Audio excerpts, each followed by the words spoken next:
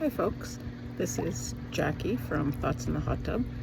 It's Sunday, November the 16th, and I got a lot of things going on in my mind today, so I'm not really sure what's going to come out of this. I went and saw a live performance last night called SOS, the ABBA Experience. It's a group in or out of Ottawa who puts it on. It was really good. I really enjoyed it, as did everybody in the audience from the reactions.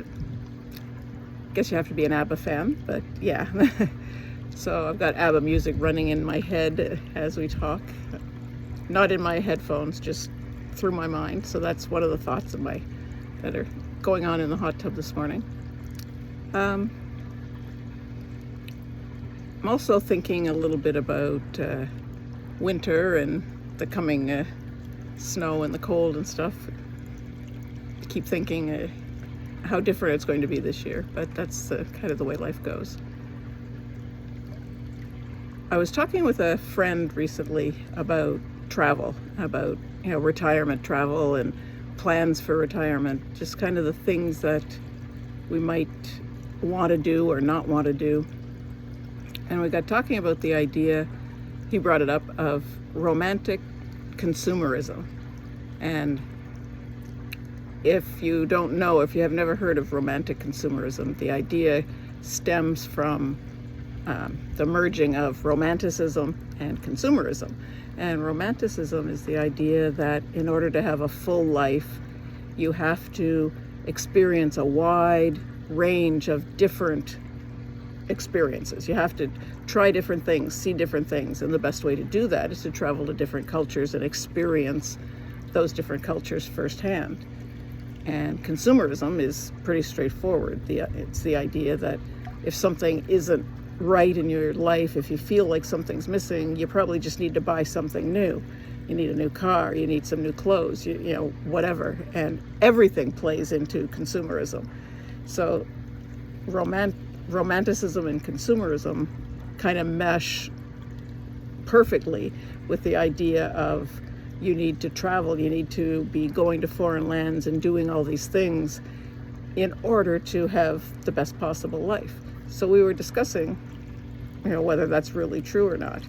And he and I have very different ideas about what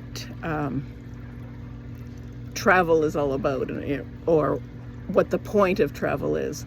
And he says, I'm a very task-oriented traveler. He says, I pick a thing that I want to see or a place that I want to go, and I go there and I see it, and then I want to go home.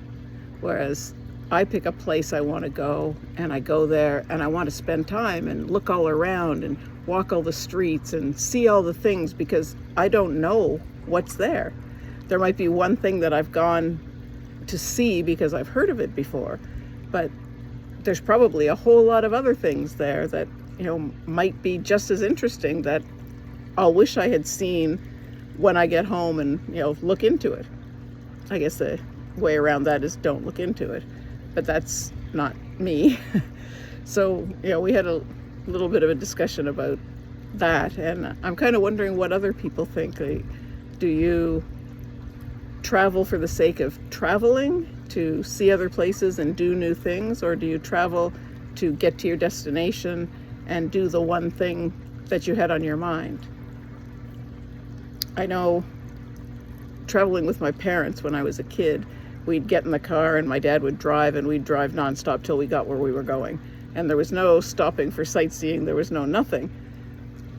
So we didn't get to see all the little things along the way between Ontario and the middle of Saskatchewan. And some would say there isn't a lot to see on that trip, but I disagree. I think there's a lot to see if you take the time to stop and notice. And to me, I guess that's the romantic in me. That's the romanticism. I want to see all those things. I want to do all that. And now that I'm retired, I'm seeing that I want to do more of it, that I want to experience the unusual things that are different from life at home. But I know there are more than just this friend. There are other people who feel the same way that he does, that they're happy at home. They don't want to travel. They've got no burning desire to know what's going on anywhere else in the world firsthand. They're happy to see pictures. And I find it really interesting because it's not my thought. I think my husband is kind of in the middle. He likes to do a little bit of traveling and see new things, but he's quite comfortable with his life the way it is as well. So we're kind of on a path, I guess, because I want to go and do other stuff and he can take it or leave it. So whatever I decide is kind of what we can do. And this other friend is thinking his wife, who says that now that she's retired, she wants to do the traveling and go and see all these places, all these countries she's always dreamed of seeing.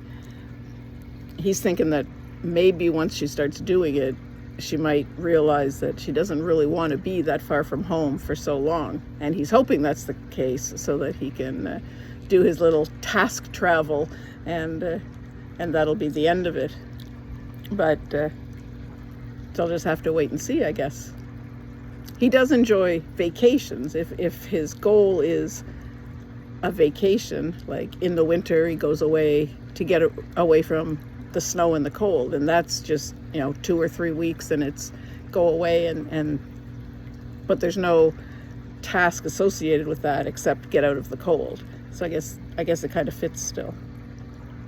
Anyway, the idea of romantic consumerism is interesting, and I think that it's a very vibrant part of our society. And I was just kind of thinking about that today more than anything, mostly because it's a little bit, not too chilly today, not as chilly as it has been, but the music, the ABBA music made me think about other places and other people and, what they might do. And I'm kind of interested, if you're not, if you're listening to this and you don't live, say, in Canada, what are your thoughts on traveling around? If you're not in North America, maybe you're in Europe, maybe you're in Asia somewhere. If you're listening to this and you have thoughts on the idea of traveling to see other things, drop me a note. Tell me what you think. I'm really interested in finding out. Anyway, this is Jackie signing off from Thoughts in the Hot Tub. Hope you have a great day.